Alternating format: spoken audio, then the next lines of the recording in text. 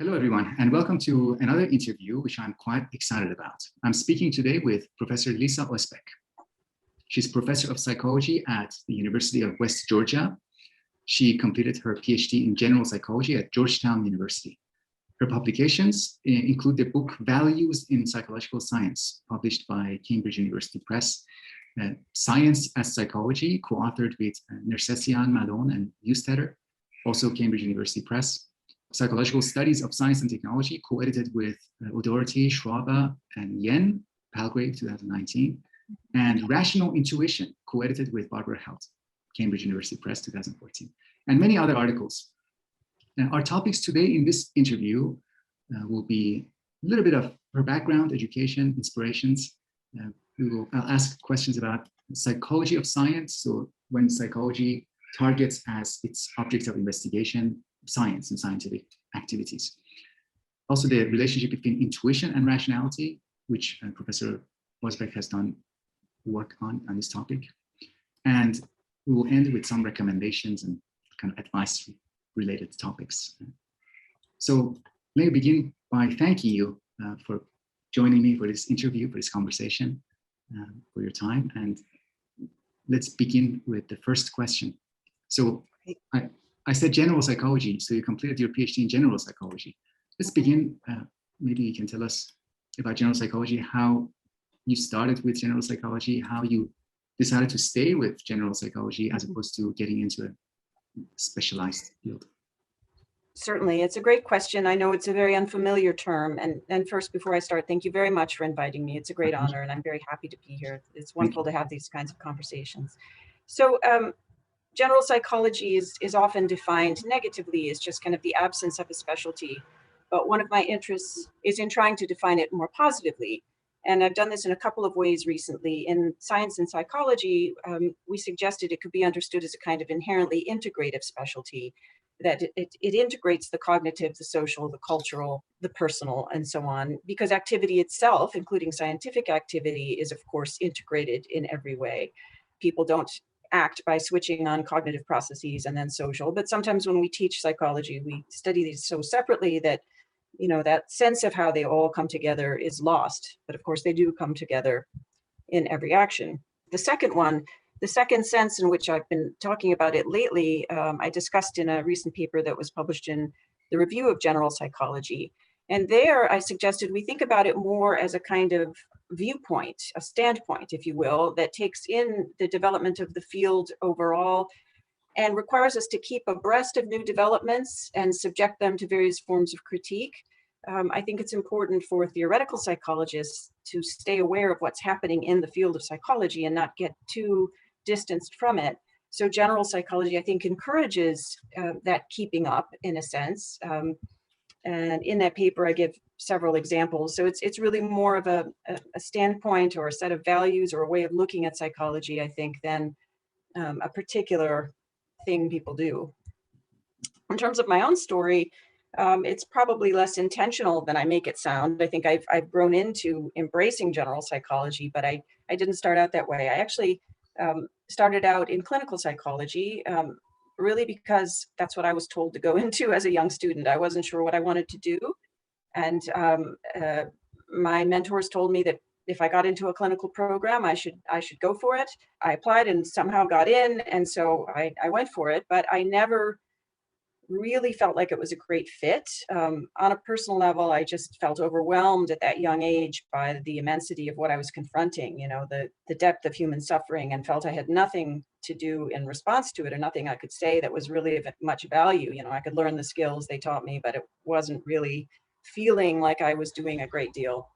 So that was uncomfortable for me personally, to just feel like I was spinning my wheels in a sense.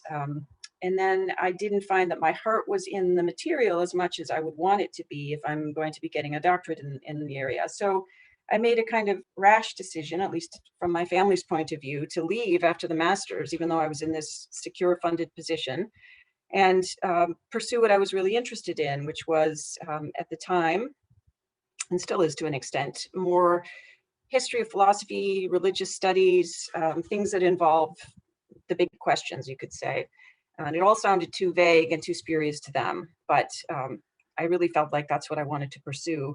So as luck would have it, one day I was browsing in a library looking for new ideas, I suppose, and I came across two books by Daniel Robinson. One was Philosophy of Psychology, and the other was An Intellectual History of Psychology. And really that was, you asked in another question, what are some of the most significant moments? That was one that was really just kind of life-changing.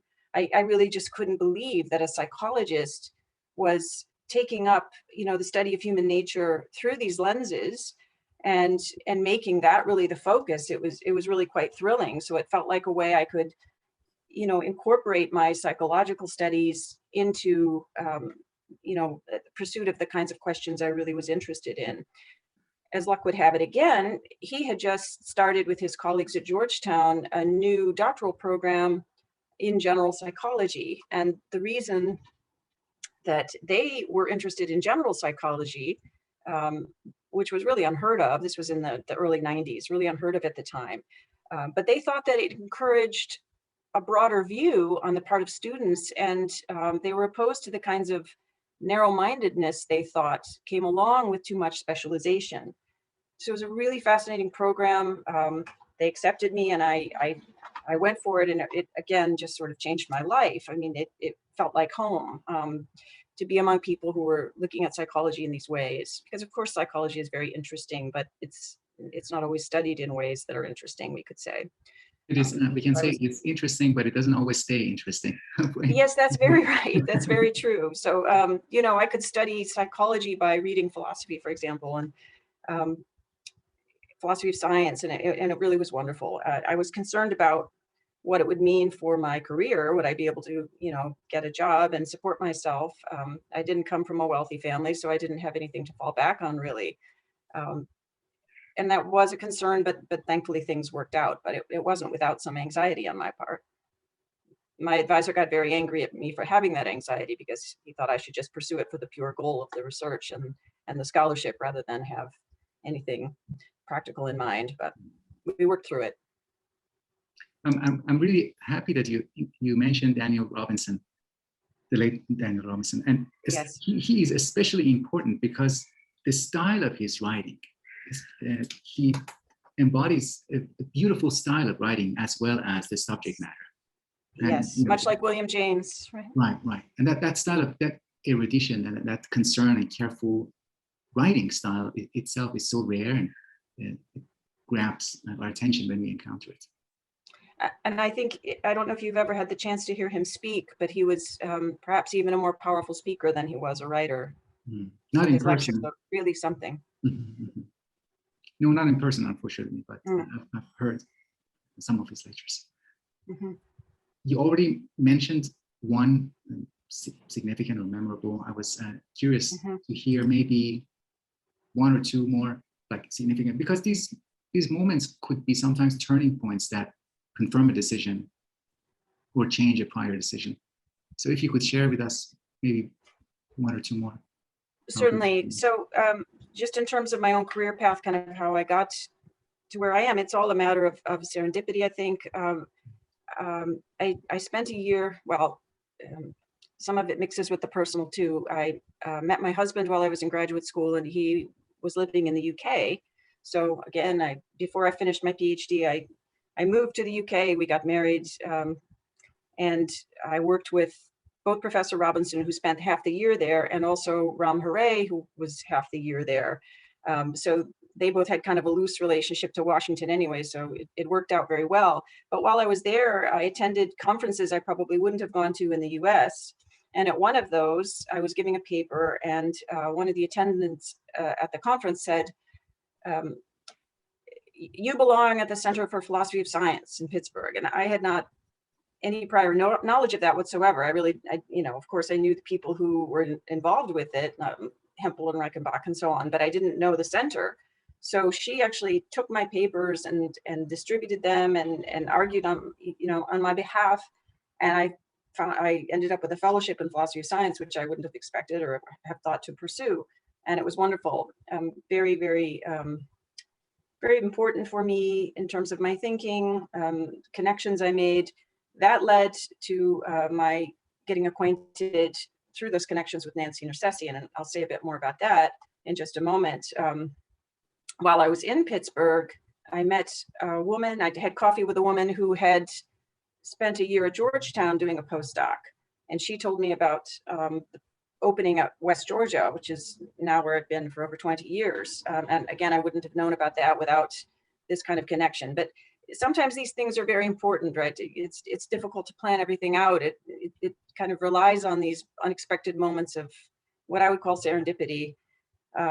With Nancy Nersessian, that was also very significant for me, in part because I'd never had a female mentor, and she was just a most impressive person, but she also got me very involved in the empirical study of science. She was just starting this groundbreaking project, doing an ethnographic analysis of 4 different bioengineering labs. And because it was really kind of at the early stages still, I was able to participate in thinking through how we were going to analyze the data, what we were going to do with it, and so on. And it was just really very stimulating and exciting.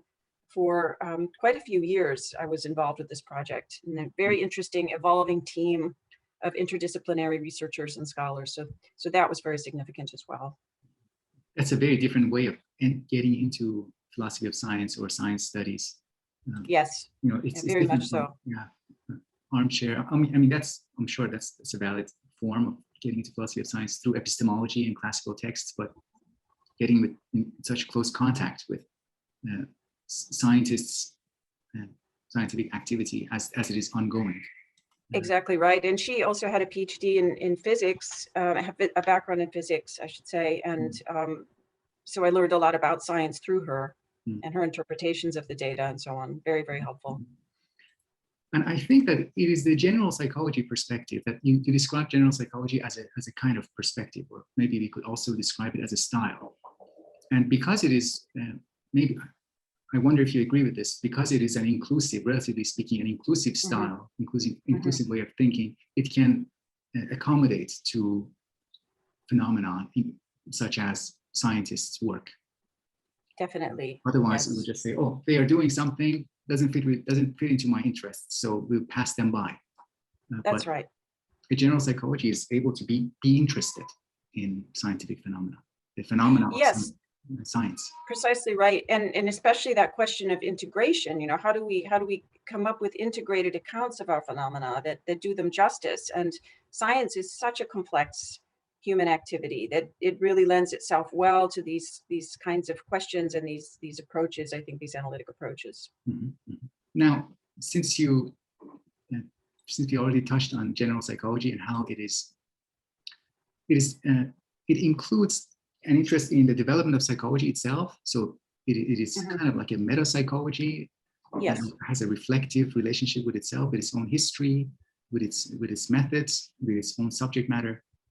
And because it is an inherently integrative and maybe interdisciplinary way of thinking, it seems like it is difficult both for teachers who are interested in teaching it and for students who are interested in getting into it. So in comparison, if you compare it to laboratory work, I think it requires more work just to get started. Would you agree with this? And how would a teacher or a professor who is inviting newcomers in, how would you deal with that difficulty? Because there's just so much to learn. Yes, that's a very good question. And I think that was perhaps something we struggled with as doctoral students, was just sort of where are the boundaries here and where is the focus? We each had to take up a project that we found meaningful, but there wasn't often a lot of overlap between them. So those I graduated with or in close proximity to, I would say, in terms of our years of study, we all do extremely different things. I think I'm the only one that ended up doing anything close to what I'm doing now. But I think, as you said, it's a kind of attitude, it's a perspective, it's a standpoint that enables one to take up any question of interest, but with this kind of integrative framework, right, in mind. And so I know with my own students, I don't really try to teach them general psychology. I don't teach general psychology, a course called that or anything, but I would say that all of my teaching includes some of these values that I think are part of general psychology. So I try to teach every subject with some historical and theoretical kind of overlay, right? Or try to look at the kind of historical foundations of the subject matter. And I also try to encourage taking different points of view, trying to understand, any subject matter from different frameworks, different viewpoints, so that we have a more comprehensive understanding.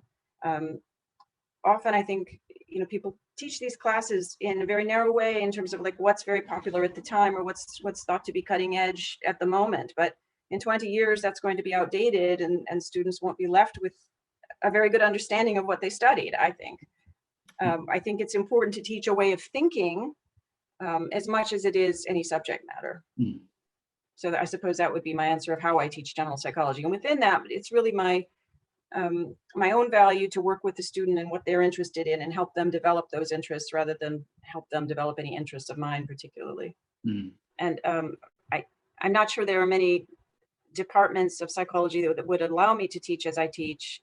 So I'm very grateful to have the position I have, actually, where this kind of thing is encouraged. The big picture is encouraged. Mm-hmm. It's traditionally a humanistic department that I ended up in. So even though I didn't have a background in humanistic psychology per se, I've been able to find a home there quite easily.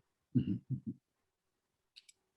All right. I also wanted to ask you about, it's just out of my own personal curiosity, what do you think about psychology as science and psychology as an art, that distinction that sometimes people evoke? Yes, I'm not sure it's a distinction I really would make much of, I suppose, or buy. I mean, I'll show you as an example. I mean, both of these book covers of mine were designed by the same artist, and who's a friend of mine. And in both cases, we worked to try to convey some kind of mix of art and science images. So you have this, very famous face, but then there's a ruler over on this side and that kind of thing. And both are meant to convey this, this sort of deep integration of art and science. I'm not saying there aren't differences. It's certainly a matter of degree of freedom in many cases. The kinds of answers that can be provided, there's much more freedom if we call something an art. On the other hand, what I've tried to emphasize in the Values in Psychological Science book is that there are underlying activities that are important to both, that can be cultivated in students or in researchers generally or scholars generally. Things like a keen observational sense, right, is hugely important to art, just like it is in science, of course. Imagination is hugely important in science. And I think also something I call perspective taking, which is the ability to kind of flexibly move between points of view and think through those points of view, rather than just kind of shut down and say, this is how I think about things, but to be able to kind of like put oneself in the position of another framework is very important. So those are things, that are important across both. So it's kind of like what's good for the heart is good for the brain in a sense, right? In terms of the activities. Now, I also think that how those are defined, how they are distinguished, is a matter of historical contingency. That, we define them much more, or we demarcate them much more clearly now, but of course, historically, there have been times when those divisions didn't make sense. So I think, again, another answer is that it's a matter of attitude as well. And what the scientific attitude is of course, an important philosophical question. I have a student working on that, possibly as a PhD project, looking at Charles Sanders Peirce and his unpacking of the scientific attitude. And it's complex, difficult work, but it's very, very interesting and important. But there's no really clear or easy answer, I would say, that can help us distinguish the two. Mm-hmm. Mm-hmm. Yeah, you mentioned artists being trained in an art is not just about being able to do things with our hands. For example, being a little bit trained in painting. Like in high school, I had a teacher, art teacher, who taught us a little bit about painting, and we really became aware that painting is not just learning to use our hands, but it's about also learning to see, and that learning to see is actually primary. And then learning to be faithful to what we are seeing using our hand. And then, of course, training the hand is also part of it, but it's a way of entering into a relationship with objects of art. Then exactly right. do something with. I would agree. Shall we move to psychology of science?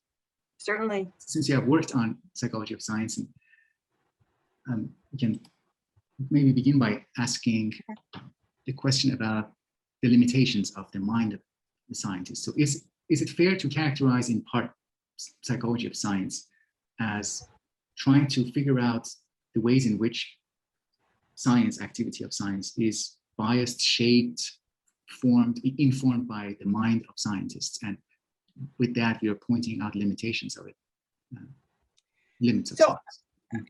You know, I certainly see where that is possible, and where one might draw that out as the main implication. But I've tried to emphasize in the Values in Psychological Science book again that we can also see psychology of science and the personal dimension of science, as I would put it, as a benefit to science, right? In some of these ways we've been talking about, like development, individual personal development of this keen observational sense is something very personal, right? It's psychological, but it benefits science.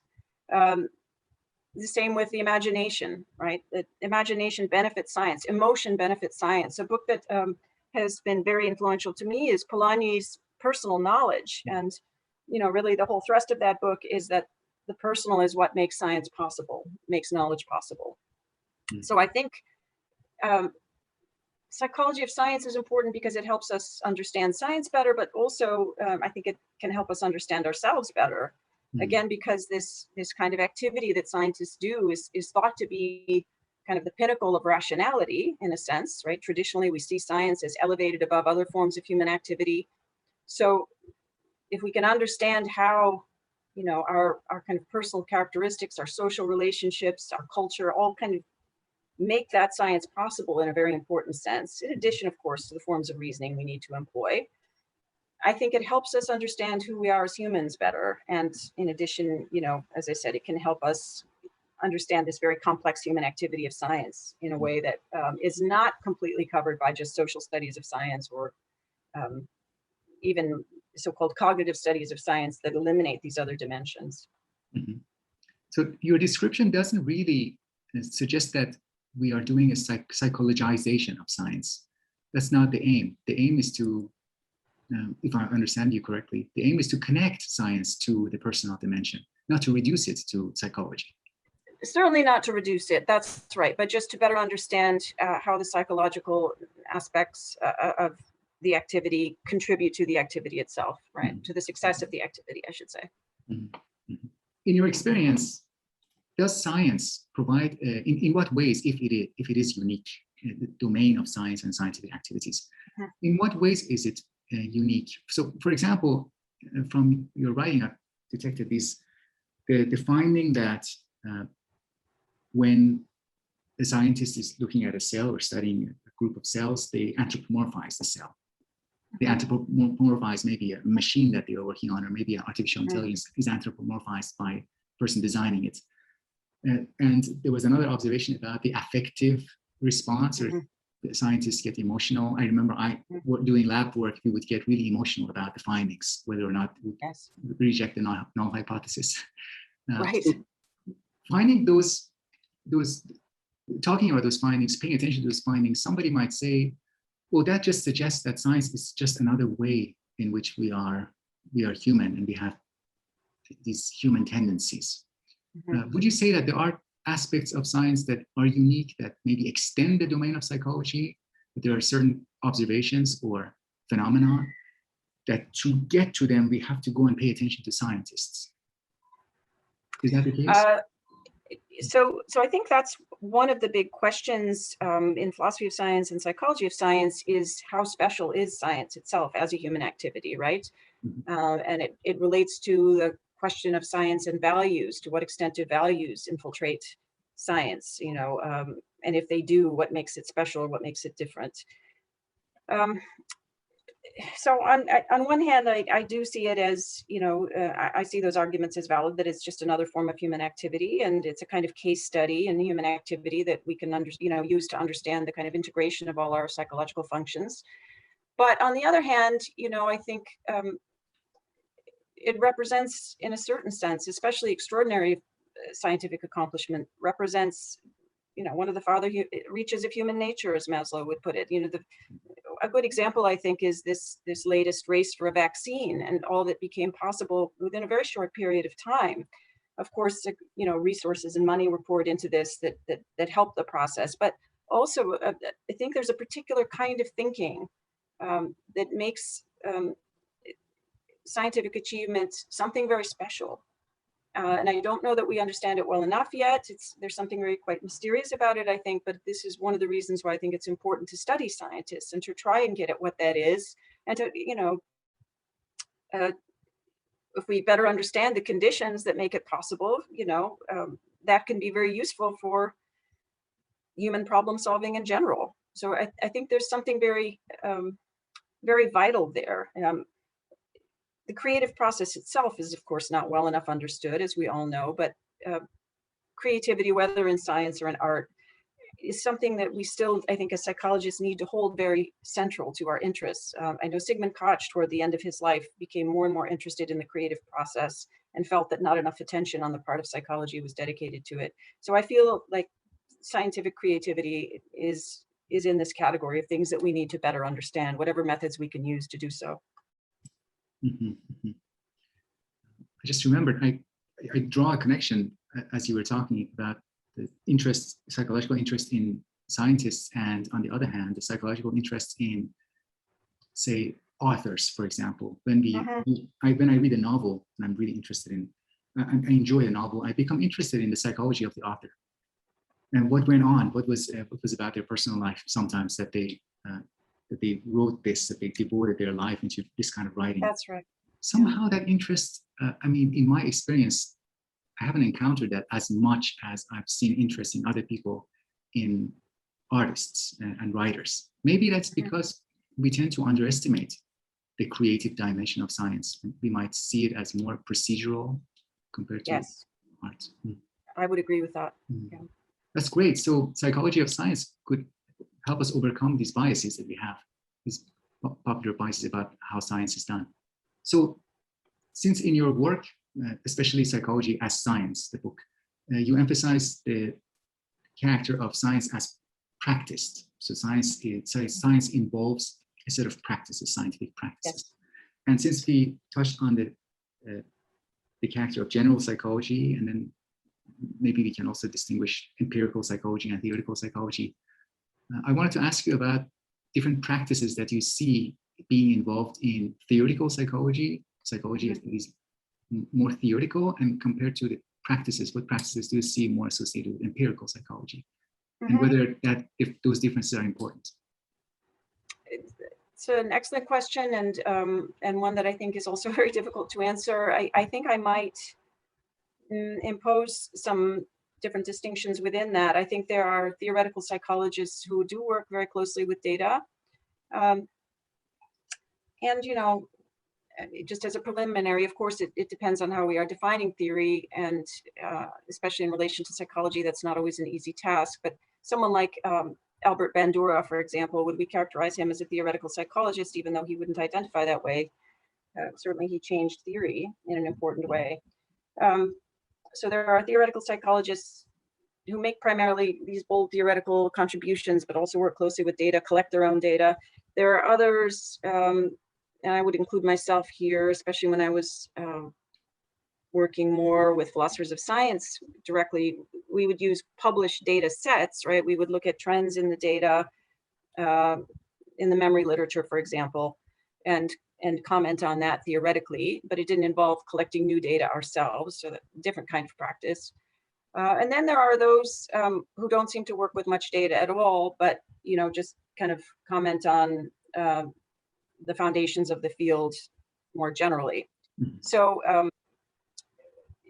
different kinds of theoretical psychologists, I might say, and they function perhaps, or their practices are a bit more like those of a scholar in the humanities. So a lot of reading and thinking and writing. But again, I wouldn't want to limit it to that, because a lot of people do work with data in various ways. You're speaking of data in in a specific sense of data that is Yes, well, collected from some kind of field or some specific something that matches a kind of research question. yes, and qualitative or quantitative, right? I would include. Mhm. There are a Otherwise, lot of theoretical psychologists who collect qualitative data, for example, and analyze it. Mhm. So they are empirical psychologists, right? Even though they're working with a different kind of data. So we can And think about them. Yeah, we can think about their practices or different practices of psychology as ways of getting in touch with data or producing data or thinking about data. Different relationships to data, I would say, or with data. Critical psychologists would be, another example of those who perhaps don't collect their own data often. Some do, but some don't. They look at existing trends and comment critically upon them. You mentioned Albert Bandura, and I remember that kind of debate or back and forth between Bandura and Smetsland, Jan Smetsland. And that actually is relevant to your comment about Bandura not identifying himself as a theoretical psychologist. Because in that debate, to put it briefly, Bandura was saying that my theory of self-efficacy is an empirical finding. You're finding by observation. And Smetsland argued that you don't need observation. You don't need the kind of data that you think you need to verify that theory. It is already implied in our use of language.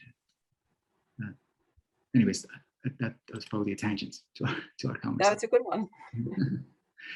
Let's talk a little bit about intuition and rationality. Your work, you're writing about the relationship between intuition on the one hand and scientific reason, scientific rationality. In particular, your chapter, which I really enjoyed in the book on hijacking science.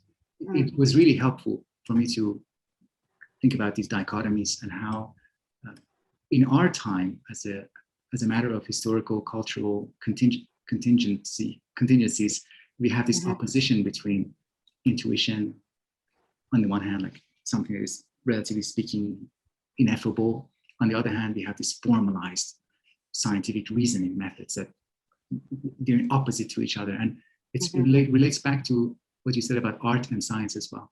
Yes. So I want to first notify or recommend your work on intuition and then ask you in general, like, could you say a few things about intuition and its relationship with scientific reason? Certainly. So perhaps it makes sense to tell it as a bit of a story, I think. I did my PhD dissertation on intuition concepts, trying to understand them and really just provide more clarity than I thought was available at the time on intuition concepts in psychology and philosophy. It was one of those words that one hears all the time, but I didn't know then of very many systematic studies of intuition or whether it could be studied or whether it was just something, one of those words people use. So that was really the motivation. And that actually came to me after listening to Sig Koch again. I really admired his work, and I heard him lecture again on the creative process and how it remains so poorly understood by psychology. So it's just was occurring to me at the time that intuition was another one of these categories that people didn't understand very well. So that's what I set out to do. And I started with philosophy, probably because I was working with Robinson, but also it was just where my interest tended to be. So I did this quite lengthy study of intuition from the point of view of different philosophers, Aristotle, Descartes, Kant, and so on. And although there were important differences between them, obviously, what seemed to be in common is that they all saw intuition as in some way, really, I would say foundational, integral certainly, but foundational to rational thought itself, the possibility of reason and scientific thinking, including scientific thinking. It's very interesting. I hadn't understood that well enough before, but it was very, very clear. So then when I moved on to psychology, it struck me that it was really this kind of opposite way of representing the relationship, that intuition and psychology was being theorized as an opposite, an opposing kind of process to reason. Instead of seeing, liberation and intuition as working together in the service of reason, intuition was seen as something that kind of got in the way of reason in a sense, right? Could disrupt it. And very, very important, I thought, to bring out this difference. And so that was really the focus of my dissertation. And I think it's interesting. I don't think I made this link before, but you're right. There is a kind of link to the interest in bringing out these kinds of personal, the affective, the motivational aspects of science, and trying to kind of challenge those dichotomies that seem to be taken for granted in our contemporary age of thinking. So. In your chapter, one of the people that you mentioned is Thomas Aquinas. Yes. And I had resistance about going back and reading his work, but the way he handles intuition, especially in moral reasoning. Yes. I forgot the term he uses. It's something like synderesis. It is a kind of intuitive, relatively direct access to a moral principle, something like a conscience, something that we know by virtue of our conscience. It doesn't need reasoning, and then reasoning can be added to it. But he also doesn't set them in opposition to each other. Yes, and reason added to it, this is what I mean by the kind of foundation of reason, right? It's the kind of rock bottom. And so it's very difficult to analyze. It certainly can't be broken down any further, but there's a kind of place where reasoning begins and ends, in a sense, right? This intuitive grasp, which is, it does have this air of mystery about it, which is why some people, I think, resist it. But it's important to understand, I think, that inherently mystical kind of element in reasoning, right? Especially if we're trying to understand something like scientific creativity. It's not a mechanical process. It's certainly not recipe following. There's something going on that we don't fully understand, but we can certainly find ways to study it and to think about it. And speaking of staying a little bit more with that book on hijacking science, there is another chapter in that book called, maybe not called, but it is about Science and Society by Professor Jeffrey Reber, if I'm not mistaken. And in my mind, I saw a connection between the artificial opposition between reasoning and intuition on the one hand, and the opposition between scientists and the public on the other hand. Yes. Do you see also those two dichotomies going hand in hand? Like, scientists really give themselves a lot of credit. Like these insights that we have is the achievement of our scientific rationality. It has nothing to do with what the public also has access to. So yes, I think that's a great point. That we're called upon to really promote and celebrate psychological science at the moment, and sort of demonstrate its usefulness in all aspects of life. And psychologists tend to perhaps exaggerate their own importance at times, or what they bring. Don't want to offend anyone with that, but it's just been my observation that psychologists like to feel they have something to say about matters that are, as you say, perhaps accessible at the level of common sense. So I don't know whether that's due to reason or something else, but I would agree with you that trend is there. Now, at this point, we are getting to the end of my questions. I really wanted to ask you about some recommendations. So if a student comes to you and says, I'm really interested in what you're talking about, general psychology, your approach, I like the way you talk about psychology, it's refreshing. What maybe 3 books or articles would you recommend to students who are, relatively speaking, beginners? Well, one great source, I think, on general psychology is not so much a book or a particular article, but the journal itself, the Review of General Psychology.